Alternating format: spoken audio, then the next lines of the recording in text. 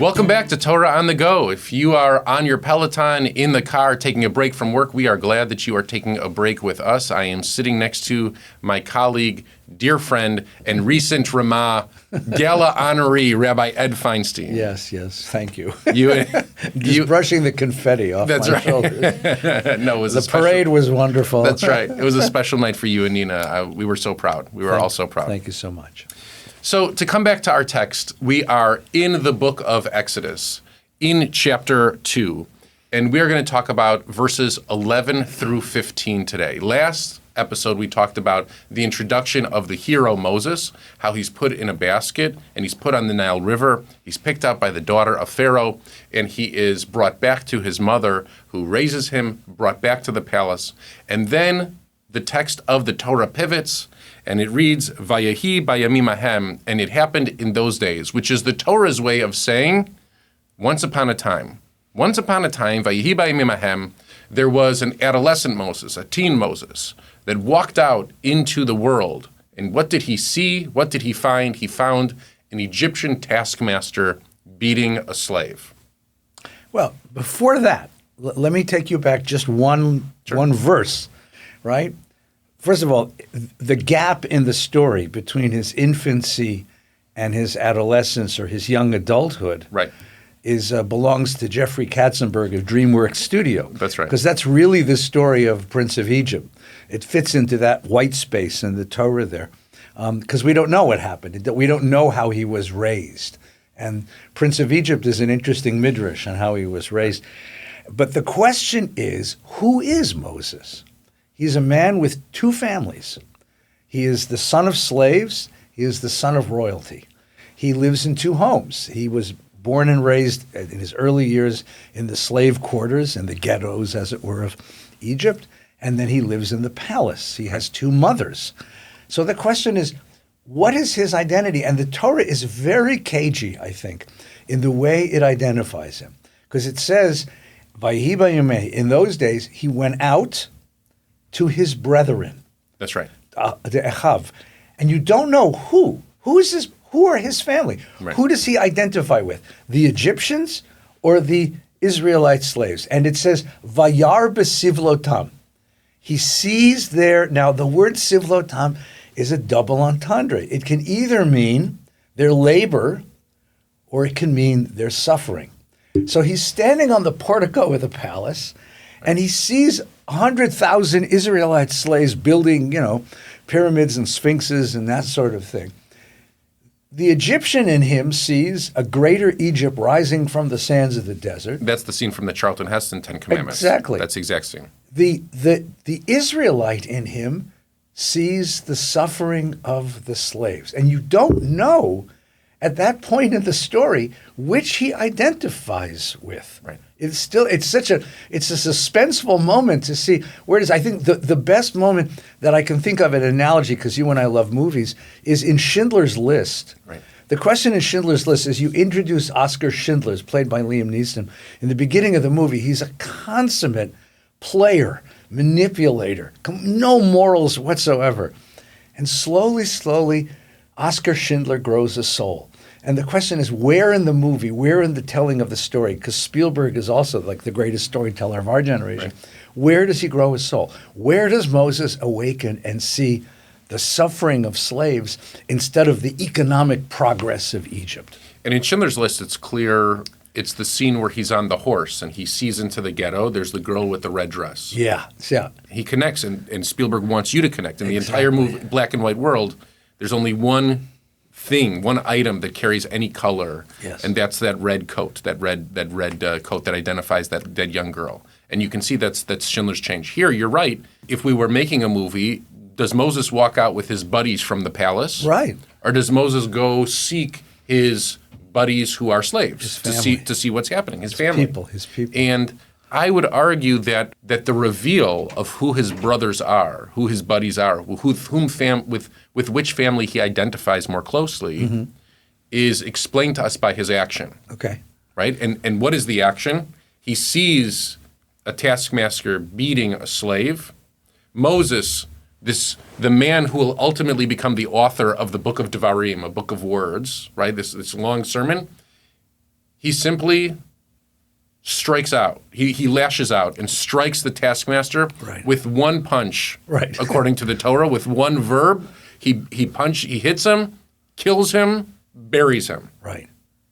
Yeah, now let's go back just a moment because you had it exactly right. It's impossible to see mass evil. The greatest book of the Holocaust is not about 6 million. It's about one little girl hiding in an attic hideaway in Amsterdam. It's about Anne Frank. In Liam Neeson, in Oscar Schindler's case, he can't see. He actually, again, the scene is so beautifully constructed. He's married to his wife back in Prague, but he's having an affair with this rather lovely young woman, and they're having a picnic on the hillside, and they hear the noise as the Nazis are liquidating the ghetto, I guess the ghetto of Krakow, below him. And he looks down, and he doesn't see the mass of evil. He sees that one little girl. That's right. And the red coat. And she doesn't see anything. No. And then you realize, I mean, this is why Charlton Heston on the portico, as you referenced, he's so removed from slavery that all he can see is the greater Egypt, the pyramids rising up in front of him, the glory of Egypt. Right.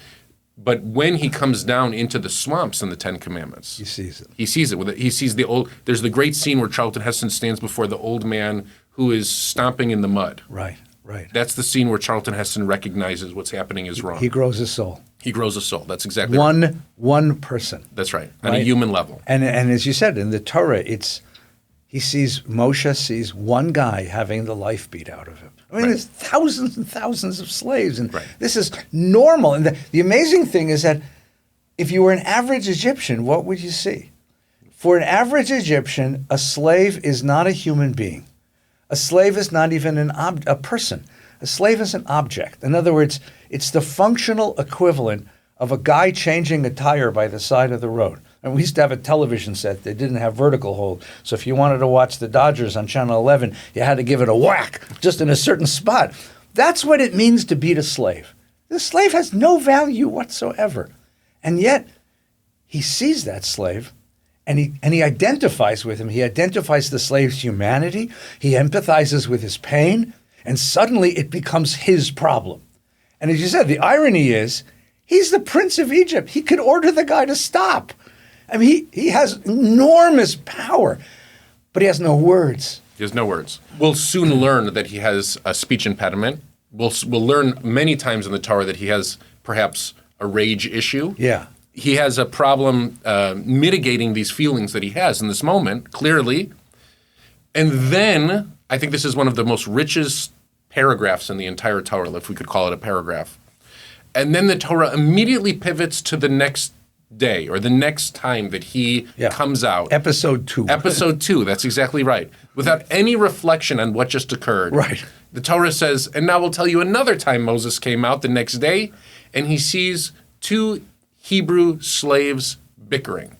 Beating each other. Okay. So the first day was an Egyptian beating a Hebrew. Right. The second day is a Hebrew beating a Hebrew. So he's witnessing this fight, and he asks them, what are you doing? Why are you doing this? Why are you doing this? Right. Why would you do this to each other? Right. And one turns to him, and again, this is Moses' introduction as a Jewish leader. I think this is like Jewish leadership 101, right? This is the most painful episode. You accept the responsibility of Jewish leadership. You take the first step towards leading the Jewish people. You say, I won't stand for this anymore. I'm going to stand for the Jewish people. He goes to 2 Jews who are arguing, fighting, bickering, and he says to them, why are you doing this to each other? And one turns to him and says, what is it to you? Are you going to kill us and bury us like you did the Egyptian taskmaster yesterday? Who died and made you king. That's right. I mean, the guy says to him, are you a master over us? Right. Now, the irony is, of course he is. He's the Prince of Egypt, for God's sake. That's right. He's the Pharaoh's godson. That's right. Right? And the guy looks at him with the chutzpah that only Jews could muster. That's right. They say, so you learn a whole lot about being a Jewish leader at that moment. Right. I mean, like, he walked into the middle.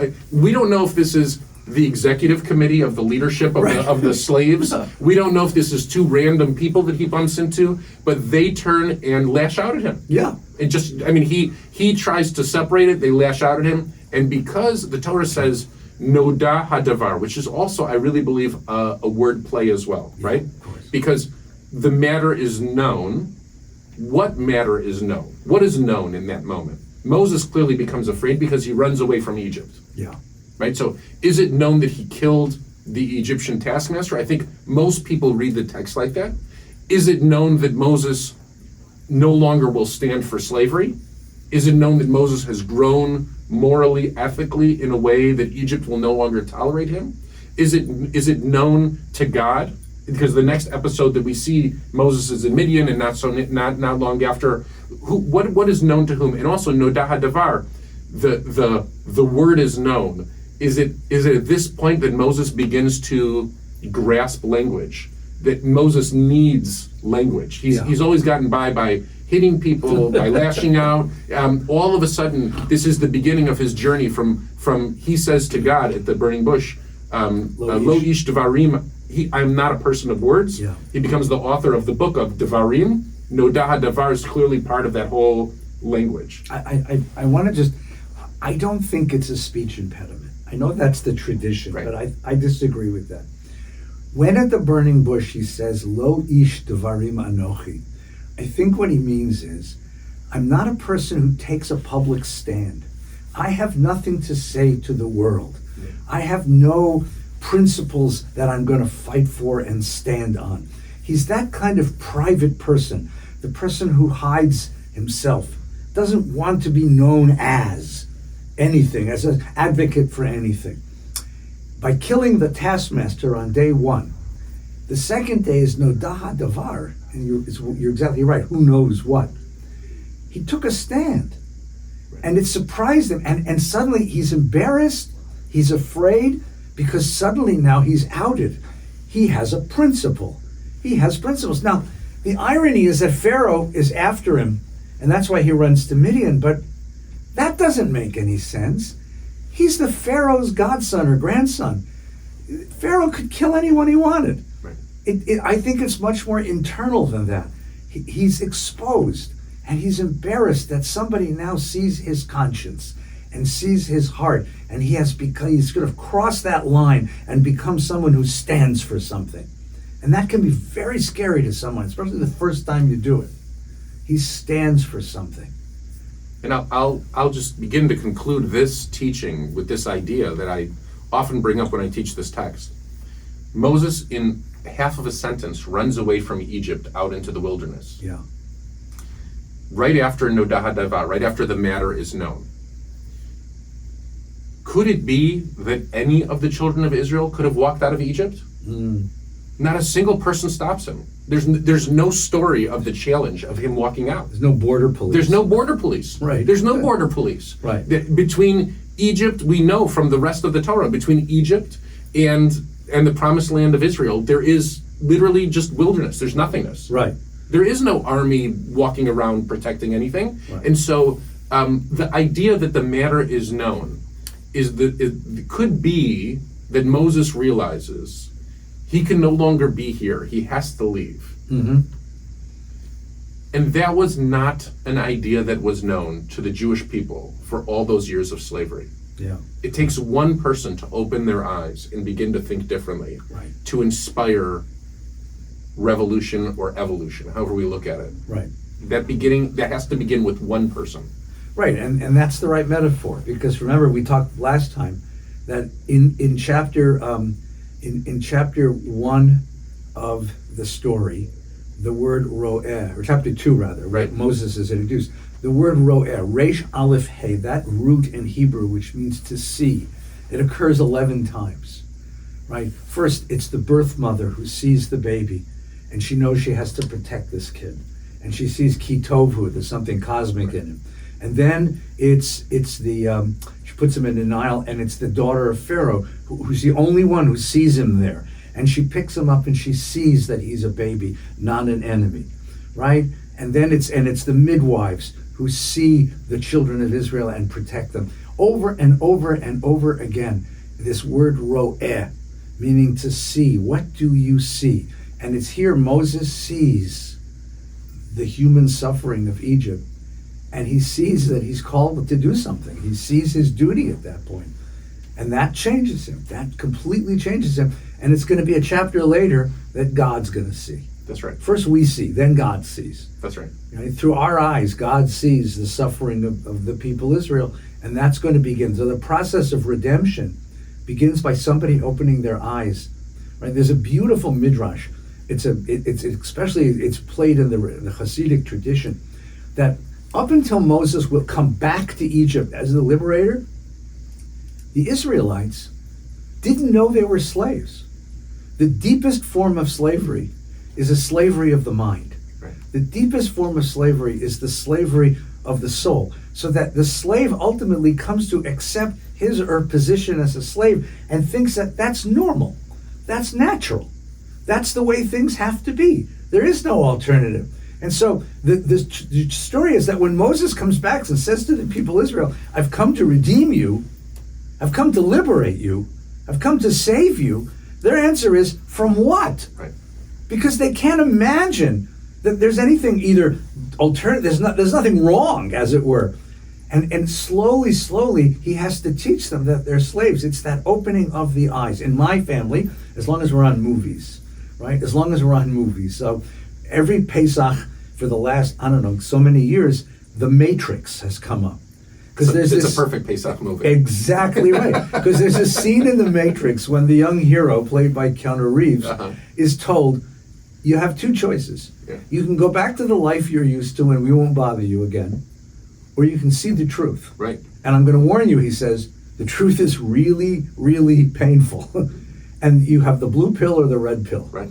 And there's a certain matrix, there's a blue pill, red pill moment here where Moses opens his eyes and he sees what he's part of. Right. And so he has to run away. He has to run. Not ready to confront it yet.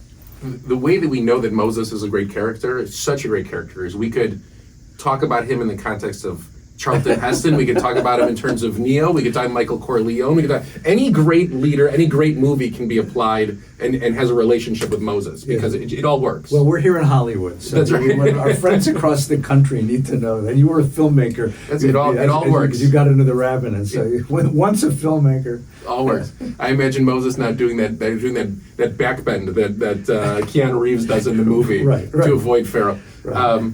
I really think that these several verses, there are 5 verses, 6 verses in the Torah, they set the stage for the rest of Moses' entire journey. Yeah. They set the stage, and that's why it begins Vayehi bayimim hahem. That's why it separates itself from his childhood, and also it lays out hope that kind of introduction, it happened on that day, once upon a time.